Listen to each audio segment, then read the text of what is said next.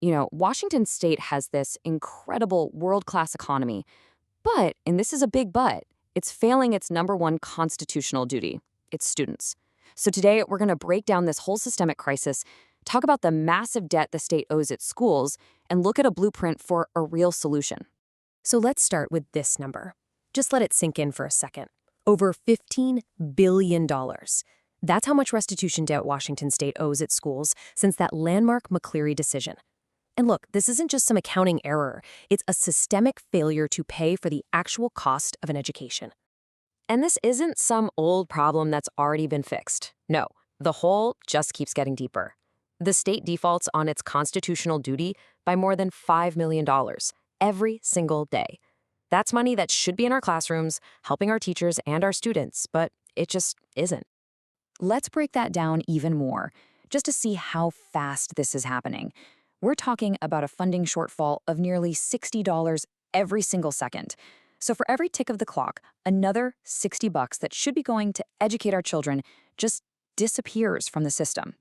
So you've got to be asking, how on earth did we get here? How does a state rack up a debt this big to its own kids? Well, it all starts with something that sources call the prototypical fiction. For years, the state has been using this model. Think of it like trying to run your family budget, but you pretend that gas prices never go up and that your kids never need new shoes.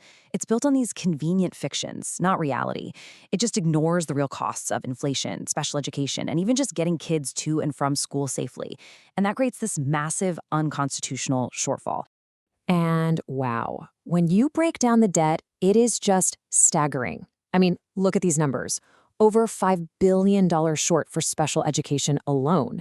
Nearly $4 billion just for inflation and basic operating costs. This isn't some small leak in the system, it's a total structural collapse of the funding. And look, these aren't just numbers on some government spreadsheet, right? This creates a real impossible squeeze on our local school districts. They're the ones left holding the bag for the state's failure to pay its own bills. Yeah, this image of a pressure cooker, it's pretty much perfect. You've got the state on top, piling on mandates, but not the money to pay for them, and they're ignoring inflation. Then you've got exhausted local taxpayers pushing back from the bottom, and the local school budget, it just gets crushed right in the middle. So what happens?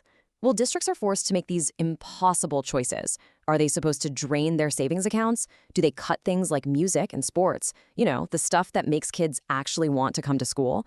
Or do they use local levy money, money that voters approved for enrichment, just to keep the lights on and pay for basic education?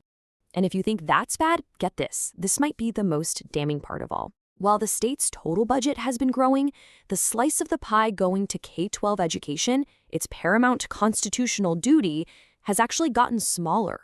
It's gone from over 51% down to just 42%. The state has more money than ever, but it's giving less of it to our schools. So you might be wondering, where is all that money going then? Well, it seems like the state has no problem ponying up for other big projects. Just take the I-5 bridge replacement. The message from the governor is crystal clear. Despite the costs going way up, it's going to happen. And what's the price tag for that bridge? A cool $14.4 billion. I mean, that's almost the exact same number as the entire education deficit. So let me get this straight. For a bridge, inflation is a real thing we have to deal with. But for our kids' education, apparently we can just pretend it doesn't exist.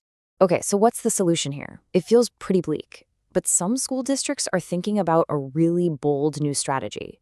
Instead of just going along with these unconstitutional budgets, they're looking to use what's being called a constitutional shield. It's called the Paramount Duty Preservation Act, and it basically flips the whole script on who's being fiscally irresponsible. The argument is, the real irresponsible act is making cuts that violate the state's most important duty. It's paramount duty to our kids. And the process is this really direct, really powerful challenge. Step 1, the school board just says no and rescinds the cuts. Step 2, they literally send an invoice to the state for their share of that $15 billion debt. And then Step 3, they invoke the state constitution itself as the ultimate authority, refusing to be punished for simply upholding the law. So what it all boils down to is this. The act lets a school board draw a line in the sand. It's them saying, we are not going to make our staff and our students pay for the state's failure to do its job. Okay, but a shield is for defense, right? What about a long-term fix? Well, the solution being proposed is a total system upgrade. Think of it as a whole new operating system for school funding, and it's based on science, not politics. It's called the Blueprint. And the difference between the old way and the new way is, well, it's night and day. On one side, you have that prototypical fiction, a messy system built on guesswork and political deals. And on the other, you've got the Blueprint, which is all about hard data on what actually works with a firm, data-driven floor for what adequate funding really means. What's really cool is that the Blueprint gives a real definition to the word ample from the Constitution. It's not just some vague political idea anymore, it becomes a scientific standard.